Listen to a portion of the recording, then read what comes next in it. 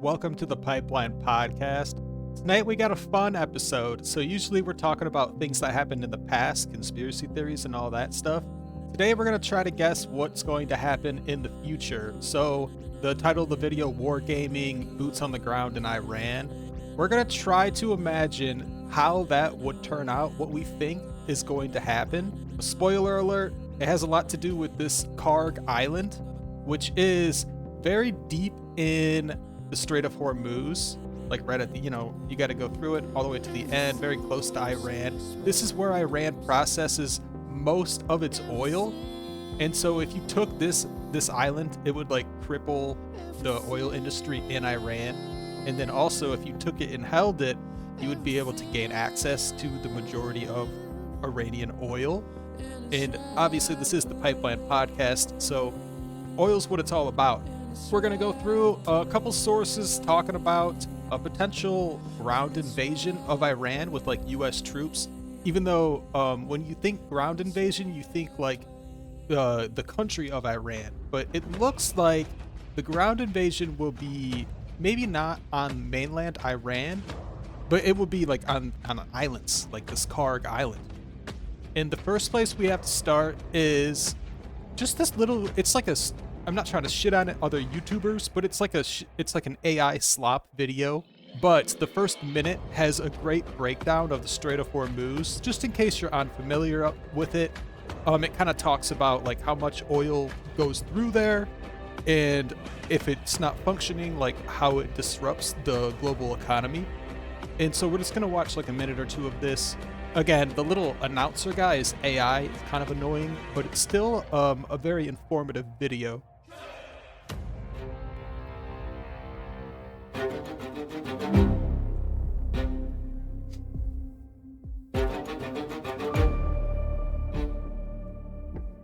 On February 28, 2026, the Strait of Hormuz closed. Not partially, not symbolically, the waterway that carries 20% of the world's oil supply, 1 in every 5 barrels burned on Earth, went silent. Yeah, so 1 in every 5 barrels of oil on Earth goes through this strait. 33 kilometers wide. That is the distance. 2 shipping lanes, each 3 kilometers across, separated by a buffer zone no wider than a few city blocks. Through this gap, more than 80 vessels pass every day, supertankers so large they need 2 nautical miles to stop, each carrying enough crude oil to fuel a mid-sized country for a week. On the morning of March 1st, the number of tankers broadcasting their position in the strait dropped to 0. 150 tankers anchored in open Gulf waters, waiting. Maersk. So yeah, what it's saying is, as of February 28th, the strait was, I think it's partially reopened now, but it was closed, which that strait is responsible for about 20% of the world's oil. CMA-CGM, Hapag-Lloyd, 3 of the largest shipping companies on Earth, suspended all transits simultaneously. So yeah, that's just a little breakdown of the strait and what's going on with it now with the war in Iran. It is still open partially, and that's kind of a hot topic right now, and people are like, oh, we should send in like battleships to protect these oil tankers going through the strait. But that's kind of a dangerous game because Iran has air superiority on the strait. Hey, that does depend who you ask.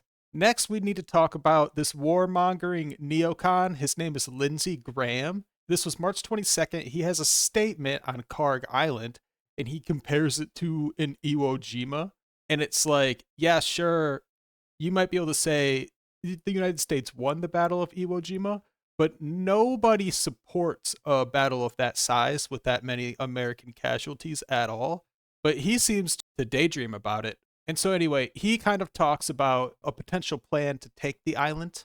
And if you're following us, what we're doing tonight is wargaming how we think boots on the ground in Iran would turn out and how we think it's going to go. We think this is the number one strategy. If the United States actually wanted to put boots on the ground, I think it would be this Kharg Island that Lindsey Graham is talking about here. So let's listen to this. I'm not a fan of Lindsey Graham at all. He actually just took a solo trip to Disney World. I don't know who does that or why, but just wanted to throw that out there, let you know that's a real thing. Either way, let's listen to what he says about it.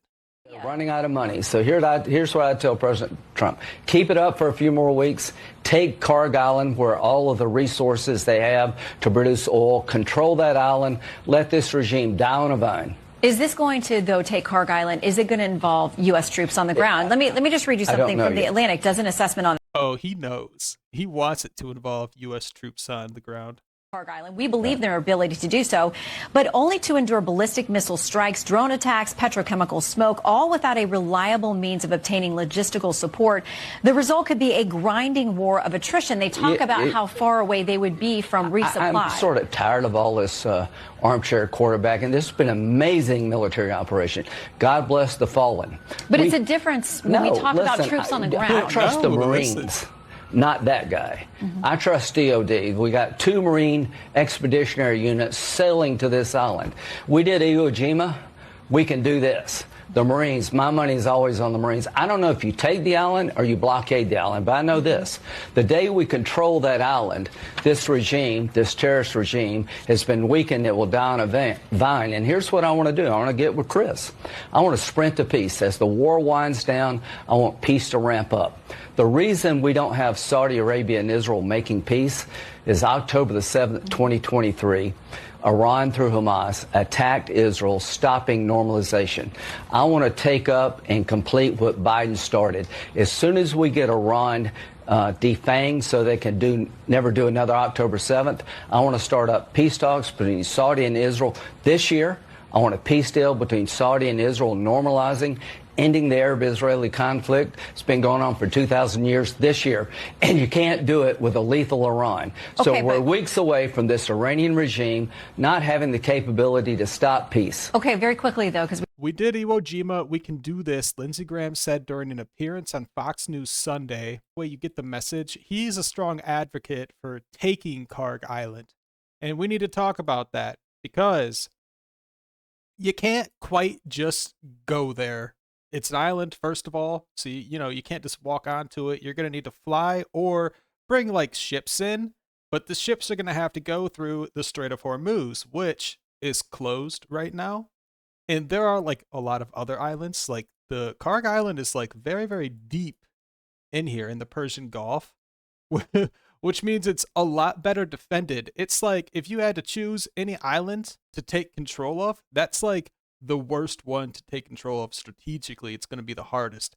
And it's for very good reason, because that's where they do most of their like oil industry. So they have like the oil reserves here and like refineries on the island. Also offshore, they have like all these white dots are like the off-sea drillers. Here's another one. This one's like really high quality. And so what I'm saying is to take this island will be extremely hard. And you can't really just blow it up, because then there's really no point to taking the island. The only reason we want this island rather than all the rest is because that's where all the oil is. So if you blow up the island, you blow up the oil. You need the oil.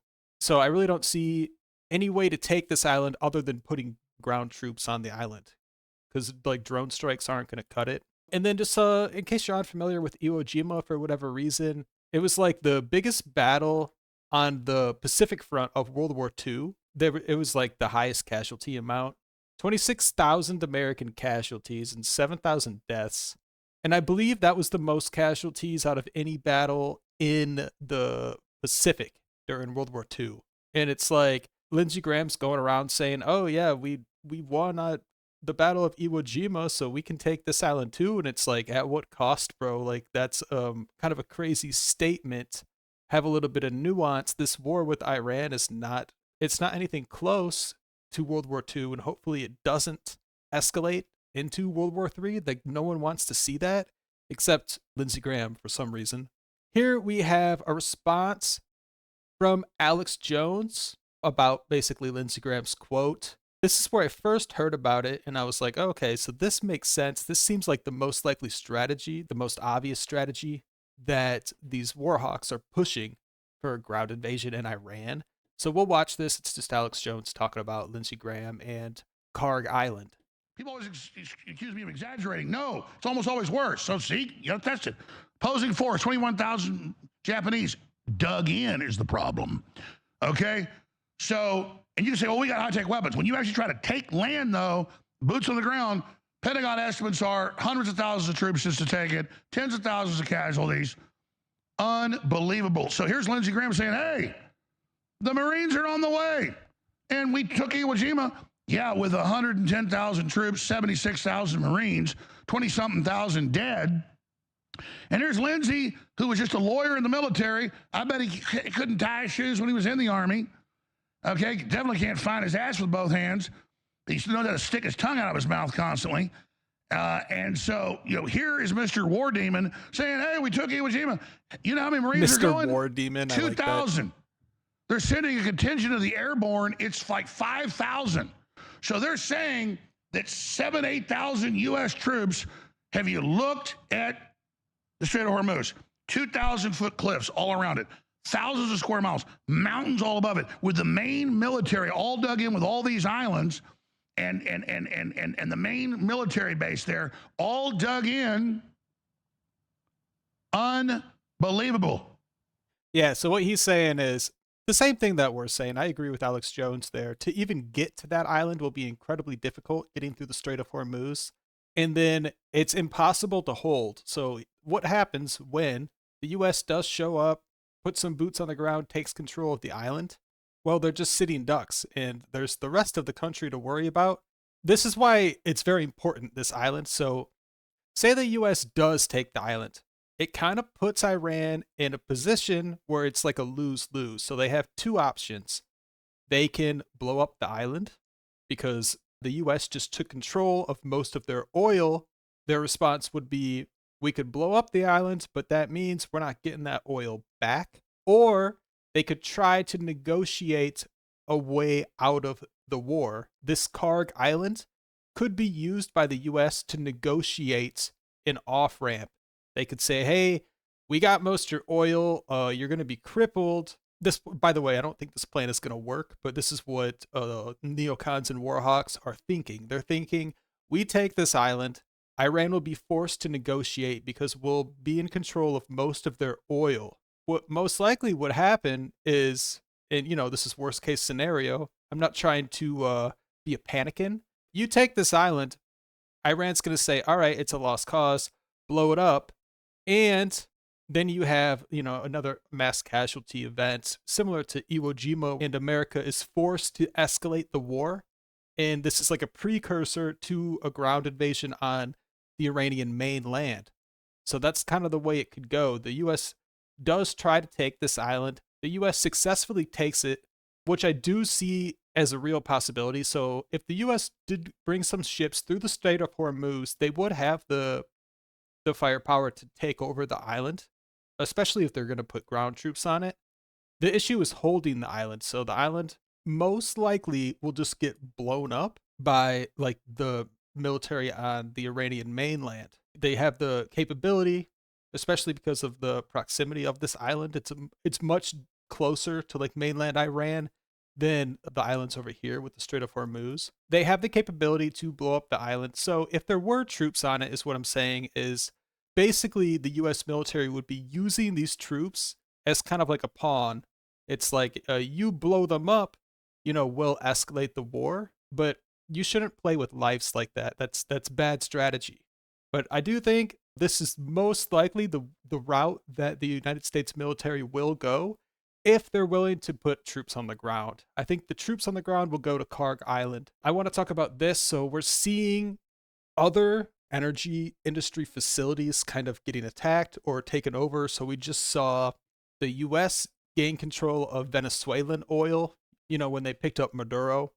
And that's all kind of a precursor to the war in Iran. So you take out any Venezuelan oil that Iran potentially could use and just make sure that you have access to those supply lines so that in the future you could take out Iran's oil facilities like Kharg Island. And it's going to make it really, really hard for Iran to kind of fill in any gaps or obtain any oil they might be running short on oil or be having a hard time finding supply lines to get oil into the country. And that's kind of the strategy here. You take control of the resources so they're not able to fight a war. This was a couple days ago. This was like 3 days ago. The Ukraine attacked like a Russian oil facility, like a really, really big one. And if you're following our war game, the reason this happened is because the White House told Zelensky, hey, hit some Russian oil infrastructure, again, to try to cripple Iran, to try to cut Iran's access to oil off. So if you could temporarily shut down Iran's access to Russian oil, they don't have access to Venezuelan oil, and then you take Kharg Island and they lose access to most of their own oil, the U.S. is betting that they're in a position that Iran takes an off-ramp and negotiates something to end the war. But what will most likely happen is Iran will blow the fuck up out of that island. Things are going to ramp up even more than they already have. And then here, this one is from today, last updated just about 10 minutes ago, but I believe I saw this about 3 hours ago. It's not confirmed yet, but allegedly the United States, one of the ships attacked Quesham Island. So like right here, it's like the big island right on the Strait of Hormuz. And potentially it could be because they're trying to get their ships in so they can get to this Kharg Island. We also have a lot of troops getting deployed to the Strait of Hormuz. So just in the Middle East, there's over 50,000 US troops right now. And then 3,500 Marines were just sent. And the 82nd Airborne Division was also sent. And that right there is something that you would send if you're going to do a ground invasion. You would send Marines and the airborne. And so what could be happening right now, I don't really know, is they're making the move on Kharg Island. That part, I don't actually think they are doing that specifically right now. They could be doing like a slow start. So Lindsey Graham was saying, keep up the pressure for a few weeks and then take Kharg Island. So they might be trying to get to the strait really slowly. So, you know, every couple of days they try to hit one of these military facilities that's defending the Strait of Hormuz until they can finally get in there, put troops on the island, take control of Iran's oil. Meanwhile, you have Ukraine hit a lot of these Russian oil facilities so that potentially you force Iran onto the negotiating table. That's like the neocons' plan is what I think it is. And then here we even have Hegseth 3 hours ago. He's calling on U.S. allies to step up over the Strait of Hormuz. So he's trying to say like, hey, EU and hey, other Middle East countries, Iran's not letting not letting ships carrying oil bound for the U.S. go through the strait. Like, can you help us out? And it's like, it's really funny, honestly, to start a war and then to kind of cry that your shipments are getting all fucked up, your ship routes are messed up because of your warmongering. But that's basically what Hegseth is doing. He's like, hey, yeah, my bad. We might have attacked Iran and potentially started World War III, but you guys really need to step up and help us warmonger around, all right? This all kind of leads into this Kharg Island. So if you hear Hegseth saying we need U.S. allies to step up over Strait of Hormuz. So it's kind of like he's saying, hey, help us out, help us take this strait, help us destroy any Iranian like defensive facilities on the Strait of Hormuz, most likely so they can get in there and take that Kharg Island. And then potentially, I could be wrong, maybe it's a different island, maybe they plan to take one of these ones near the Strait of Hormuz, but none of these ones are like major oil facilities. And they're also, since they're on the strait, they're probably very heavily defended and probably have a lot of like troops and like Iranian people like dug in on the island thinking this is where they would put troops on the ground. So like the military strategy is like circumvent that, try to get in there and take Kharg Island, which is where most of the oil facilities are. So they have like the offshore drillers here. You can see some of them here. But also it's like it has deep sea ports is what someone was saying. So basically it's easy for like an oil tanker to roll up to this island and like park up and just get supplied and then ship out. That's why the island is so important. So like Iran, whatever oil, most of it goes through this island. So like they ship it to this island, put it on a tanker, send it out through the strait and sell it. And again, that's just why this island is very, very important. That's as far as I go with the wargaming. That's where I lead off on my predictions on how this war is going to go. If the United States is going to put troops on the ground, I think they're going to try to take this Kharg Island, use it as a negotiating tool.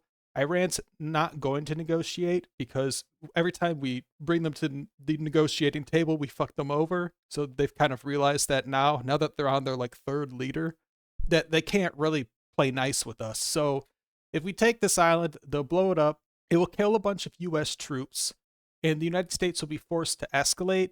And that's what could lead to the ground invasion of like mainland Iran, or it could lead to the start of World War III. And so if there's any other relevant information about this that I should have covered, let me know. It's like the opposite of a rabbit hole. It's just like a wargaming. So game theory stuff. We're trying to predict what we think is going to happen. Let us know if you think it will go down a different way. In my perfect world, there is no boots on the ground. But if there is boots on the ground, which it looks like that's the way things are going to go, this is what I think will happen. We'll take that Kharg Island. Anyway, have a good night. Subscribe. Check out the channel, because we do a lot of other videos like this. And I think we have an Iran playlist you can check out if you want more updates, if you're out of the loop on this stuff.